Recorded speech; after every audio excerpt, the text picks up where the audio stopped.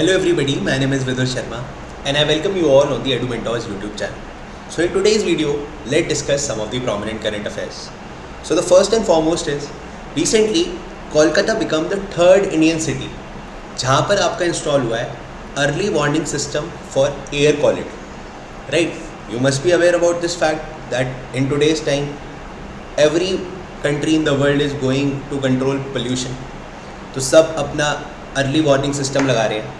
हालांकि इंडिया में इससे पहले Delhi and Pune were the two cities जहाँ पर ये अर्ली एयर वार्निंग सिस्टम आपका लगा दिया गया था. And now Kolkata become the third city of India. Right, so this point you have to remember. अभी presently particulate matter 2.5 micron and particulate matter 10 micron, इन सब पर कंट्रोल का बहुत ज़्यादा एक तरीके से WHO का गाइडलाइन है. Right, so these early warning system for air quality will help to control all these things. So this thing you have to remember. अब थोड़ी सी यहाँ पर बात कर लेते हैं क्योंकि Kolkata is the capital of West Bengal. You can see this in the map that this is, a state called as West Bengal, which shares an international border with Bangladesh, right? And also it shares the border with Bhutan and Nepal. Generally ये question ना बहुत बार आता है exam में, और क्योंकि आप देखोगे बहुत स्लाइटली टच करता है भूटान से और स्लाइटली टच करता है नेपाल से, तो जनरली हमें बांग्लादेश ध्यान रहता है. So please remember this point that West Bengal is a very strategic state जो कि 3 इंटरनेशनल बॉर्डर शेयर करता है. One is with Nepal, second is with Bhutan, and obviously the longest one is with Bangladesh. Also remember that West Bengal is famous for its jute production. India में सबसे ज़्यादा jute का जो production होता है वो आपका वेस्ट बंगाल में होता है. This is a state where Ganga drains into the Bay of Bengal. तो यहीं पर आपका गंगा ड्रेन भी करता है. There is a place called as Ganga Sagar in West Bengal. Right, so this thing also you have to remember. चलते हैं आगे towards the next current affair. The next current affair is a very famous, that is National Sports Day. तो हर साल हम 29 अगस्त को मनाते हैं क्या, national sports day.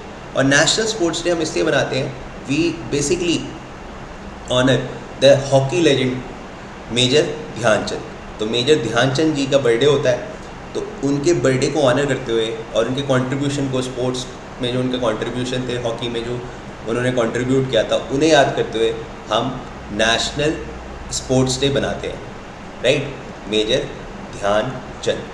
Also remember one more point कि हमारे इंडिया में जो सबसे हाईएस्ट स्पोर्ट्स अवार्ड दिया जाता है वो 1992 से स्टार्ट हुआ था. And that time it was called as the Rajiv Gandhi Khel Ratna. Right, पर 2021 से राजीव गांधी खेल रत्न का नाम चेंज करके कर दिया गया था मेजर ध्यानचंद खेल रत्न. तो प्लीज़ रिमेंबर दिस पॉइंट कि अब हम कौन सा हाईएस्ट स्पोर्ट्स अवार्ड है, दैट इज़ मेजर ध्यानचंद खेल रत्न.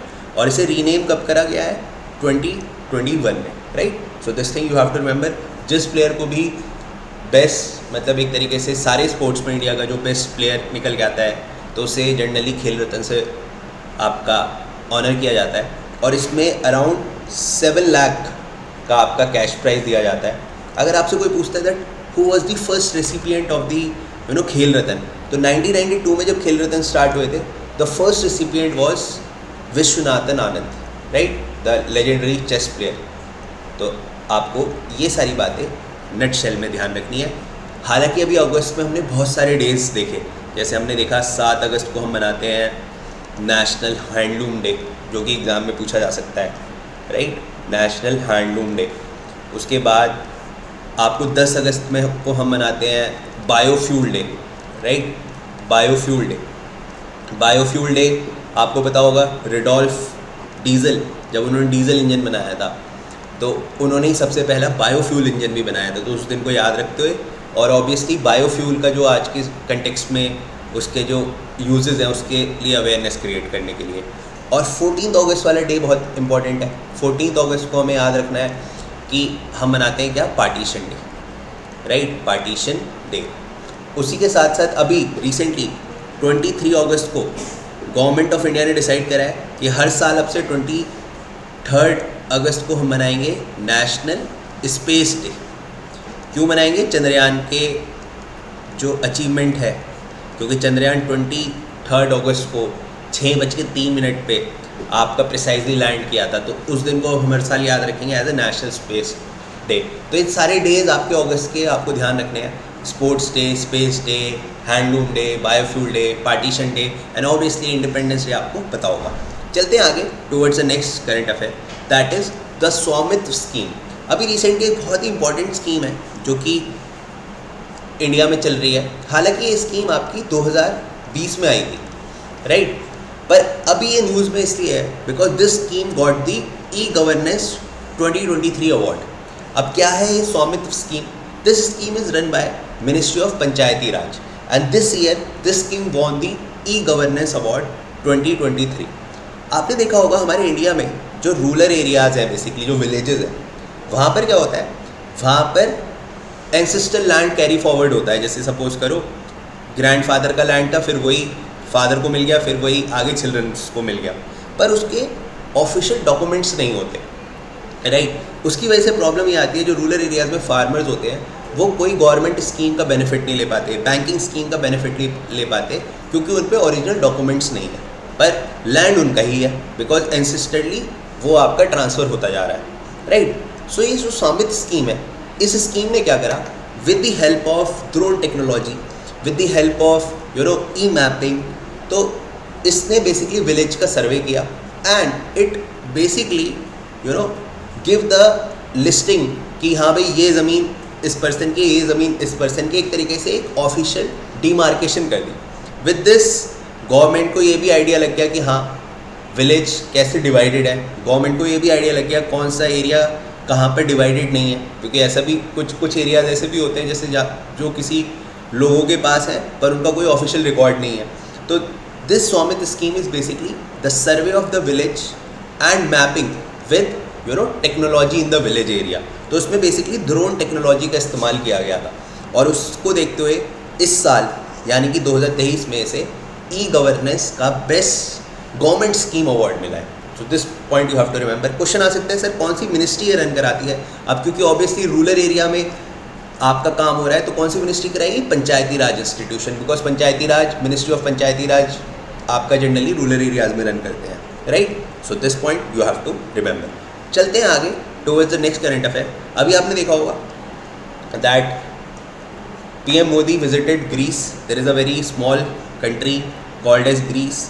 तो सबसे पहले इसका जोग्राफिकल लोकेशन देखना है। यहाँ पर आपको देखने को मिलेगा ये एजिंग सी और यहाँ पर आपको देखने को मिलेगा Mediterranean sea, right. So the Greece के साउथ में we have Mediterranean sea and we have Aegean sea and you can see this strategic location. इधर इटली है and here we have Greece. That's why you must have heard about that Greece is one of the oldest civilizations में से आता है Greece.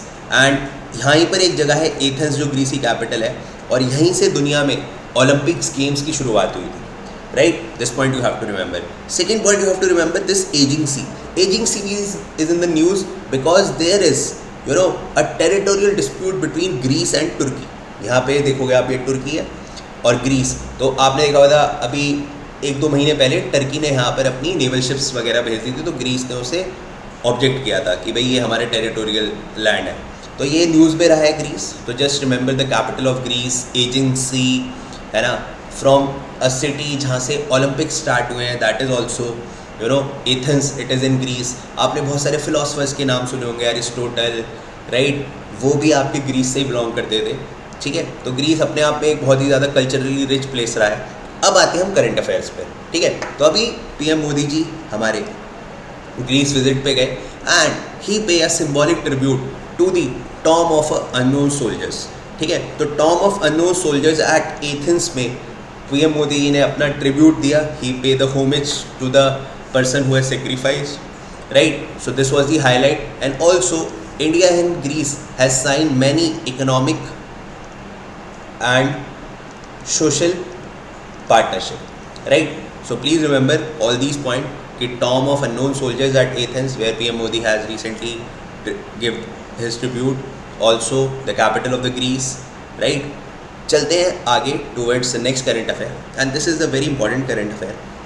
अभी आपको पता होगा कि साउथ अफ्रीका में there is a country called as South Africa.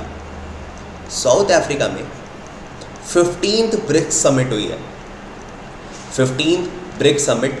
BRICS basically signifies as Brazil, Russia, India, China and South Africa, right. और इस समिट में बहुत ही इंपॉर्टेंट हुआ है दैट ये समिट में ब्रिक्स बन गया है BRICS 11. That is 6 more countries now become the part of BRICS, right? और वो 6 कंट्रीज कौन सी हैं? We have Argentina from South America, we have Iran from Asia, UAE from Asia, Saudi Arabia from Asia and Ethiopia and Egypt from Africa. तो आप ये बोल सकते हो कि ब्रिक्स अब 3 कॉन्टिनेंट में एक तरीके से फ्लरिश हो गया है. One is south America, second is Asia and third is obviously the Africa, right. थोड़ा सा बैकग्राउंड के बारे में बात करेंगे ब्रिक्स की. तो ब्रिक्स को सबसे पहले there was one economist from Goldman Sachs name as Jim O'Neill, right. तो जिम ओनिल ने सबसे पहले एक 4 कंट्रीज़ की बात करी थी, that is BRIC. And in the year 2001 he said that these are the country that has potential to become economic power. तो सबसे पहले 4 कंट्रीज़ की बात करी गई थी, that is Brazil, Russia, India, China. उसके बाद 2006 में फॉर्मली एक ग्रुप बना. इसने एक फॉर्मल शेप ली ग्रुप ने, जो जिम ओनिल का आइडिया था, right. And these 4 country they come together and they come together with the idea to ensure financial stability, right. कि आपस में फाइनेंशियल स्टेबिलिटी हम बढ़ा के रखेंगे. उसके बाद आपको पता होगा फेमस 2008 में इकोनॉमिक क्राइसिस आया, जिसमें लेमन ब्रदर्स बैंक भी आपका एक तरीके से बैंकरप्ट हो गया था. तो उसके बाद इस ग्रुप की वैल्यू और ज़्यादा एक तरीके से रिलेवेंट हो गई, because the idea of this group was to ensure financial stability. And in the year 2009 the first summit was hosted by Russia. तो रशिया ने पहली बार ब्रिक्स की ऑफिशियल वे में समिट होस्ट करी 2009 में. लेकिन तब इसमें सिर्फ 4 कंट्रीज थी, that was Brazil, Russia, India and China. Then in year 2010 South Africa also become the member of BRICS. तो अगर क्वेश्चन आएगा एग्जाम में साउथ अफ्रीका ब्रिक्स का पार्ट कब बना, तो वो 2010 में बना. और अब 2023 में 6 मेंबर्स और बन गए हैं, तो वो ब्रिक 11 हो गया है. इसी के साथ इस ग्रुप ने 2014 में डिसाइड करा that BRICS will develop a new bank, और उसको हम ब्रिक बैंक्स बोलेंगे या फिर हम बोलेंगे new development bank. New development bank. और इस न्यू डेवलपमेंट बैंक का जो एक मेजर एजेंडा वो ये था टू काउंटर IMF. क्योंकि आपको पता है IMF में, इंटरनेशनल मॉनेटरी फंड में US के स्टेक्स ज़्यादा हैं. तो ये जो ब्रिक्स बैंक बनाया गया था, ये इसी आइडिया से बनाया था कि जो ग्लोबल साउथ कंट्रीज़ हैं, Brazil, Russia, India, China, they can not always dependent on the IMF. They should have some alternate bank. So new development bank इस आइडिया से बनाया गया था, जिसे ब्रिक्स बैंक भी बोलते हैं. और आज के टाइम पर इसका हेडक्वार्टर आपको देखने को मिलेगा शंघाई में. And you must be proud with this fact that India has the second largest stakes in new development bank.